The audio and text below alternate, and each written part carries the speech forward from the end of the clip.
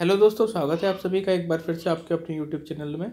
Last video में आपने काफ़ी प्यार दिया मुझे। काफ़ी टाइम बाद मैंने वीडियो अपलोड किया था, लेकिन आप लोग मुझसे जुड़े रहे इतने लंबे समय से, उस सभी के लिए थैंक यू।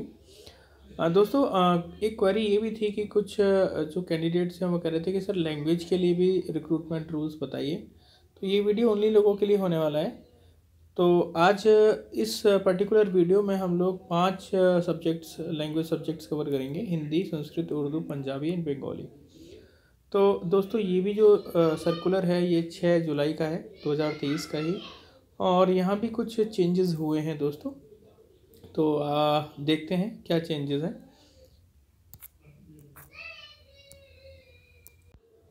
तो देखिए दोस्तों, नेम ऑफ पोस्ट यहाँ 5 दे रखी हैं। टीजीटीज़ के लिए हैं, ध्यान रहे कि टीजीटी के लिए है। मैं पीजीटी के लिए भी जल्दी वीडियो लेके आऊँगा, कल ही ले आऊँगा पीजीटी के लिए भी वीडियो दोस्तों। और ये आज का वीडियो जो है वो टीजीटी लैंग्वेजेस के लिए है, ठीक है। संस्कृत, हिंदी, उर्दू, पंजाबी, बंगाली। तो नंबर ऑफ़ पोस्ट आप देखिए 8,948 पोस्ट हैं, ये 2019 के हिसाब से हैं। और जैसे मैंने बताया ये घट बढ़ सकती हैं। क्लासिफिकेशन की बात करें तो नॉन मिनिस्ट्रियल जॉब्स हैं, नॉन गेजेटेड ग्रुप बी की पोस्ट हैं। जो पे लेवल रहता है वो 7th पे लेवल रहता है, जिसमें जो सैलरी है वो 44,900 से 1,42,400 तक जाती है।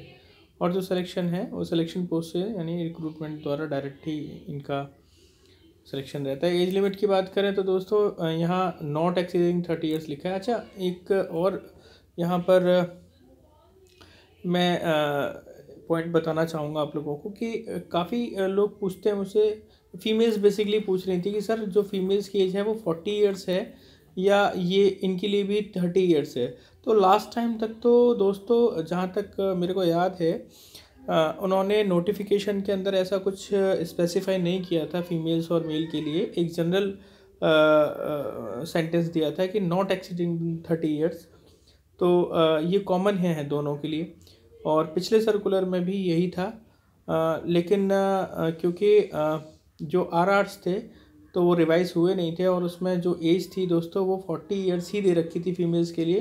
तो लास्ट ईयर एलजी सर के लेटर की वजह से सारी फीमेल्स जो 40 ईयर्स से कम एज की थी तो उनको अलाउ कर दिया गया था। लेकिन इस बार मे बी पॉसिबल वो ना भी अलाउ करें। फाइनली जो हमें पता लगेगा दोस्तों, वो जो पर्टिकुलर नोटिफिकेशन आएगा, जब पोस्ट या वैकेंसीज आएंगी, नए रिक्रूटमेंट्स आएंगे, तो उसी में पता लगेगा नोटिफिकेशन के थ्रू कि ये 40 ही रहेगी या ये फीमेल्स के लिए भी 30 हो जाएगी। लेकिन अभी तक होपफुली हम मान के चल रहे हैं कि हमेशा जो है वो 40 ईयर्स तक जो फीमेल्स के लिए है वो रहती है एज। तो आगे भी अगर ऐसा रहे तो आप लोगों के लिए बहुत अच्छा रहेगा।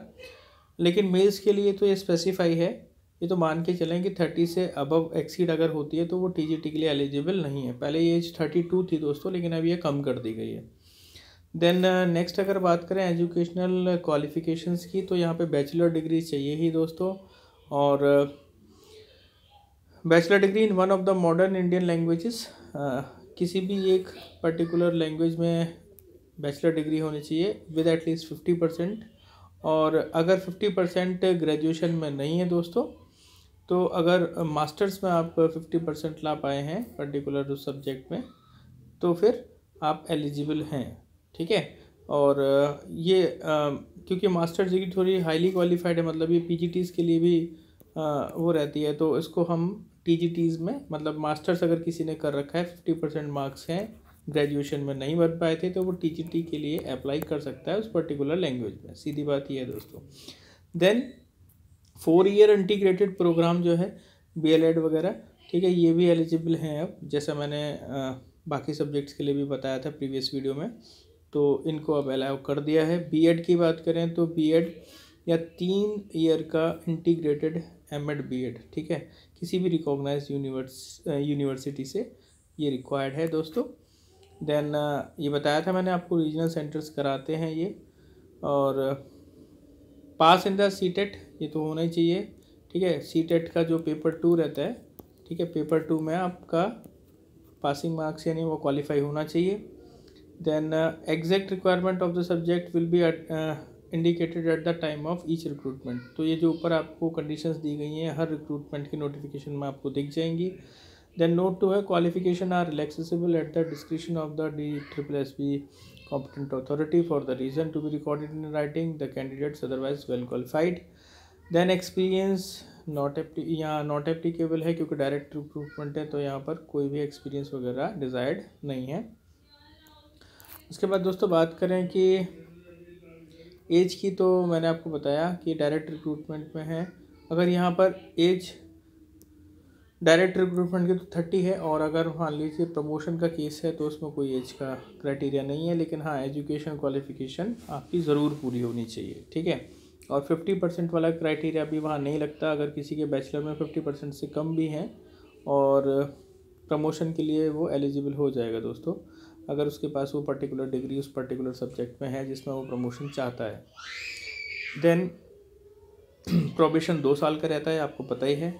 10 पॉइंट देखेंगे तो इसमें प्रमोशन 20% प्रमोशन से आते हैं, ठीक है। कैंडिडेट्स और डायरेक्ट रिक्रूटमेंट के थ्रू जो है वो 80, तो ये रहेगा दोस्तों।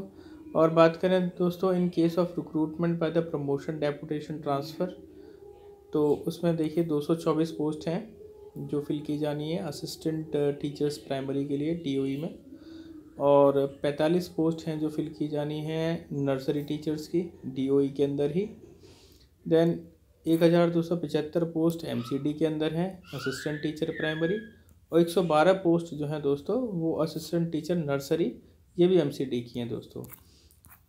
तो यहाँ पर दोस्तों आप देखेंगे एक नोट दिया हुआ है, where juniors who have completed their qualification eligibility surveys are being considered for promotion, their seniors would also be considered provided they are not short of requisite qualifying knowledge।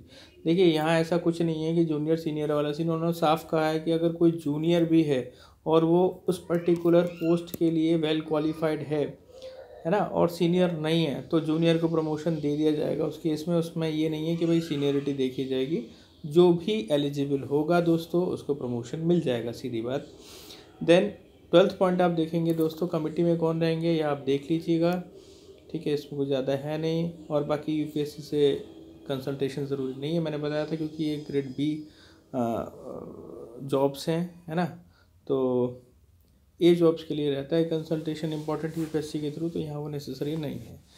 तो दोस्तों जैसा आपने बताया था, तो मैंने इस वीडियो में सारी चीज़ें कवर करने की कोशिश की है। बाकी जो चीज़ें हैं वो नोटिफिकेशन आने पर बहुत ज़्यादा क्लियर हो जाएंगी, तो मैं जल्दी वीडियो डाल दूंगा जैसे ही नोटिफिकेशन आएगा। लेकिन उसके लिए आपको चैनल को सब्सक्राइब और शेयर करना होगा कि जैसे ही नोटिफिकेशन आए तो आपको पता लग जाए, उसके लिए बेल आइकन भी दबा लेंगे, ठीक है। और बाकी जो ये PDF मैंने आपसे डिस्कस करी, मैं आपको टेलीग्राम चैनल पे प्रोवाइड करा दूंगा। टेलीग्राम चैनल का जो लिंक है वो डिस्क्रिप्शन में आपको मिल जाएगा। थैंक यू दोस्तों for your support cooperation. Video को लाइक कर दें और शेयर कर दें और चैनल को सब्सक्राइब कर लें। Thank you so much.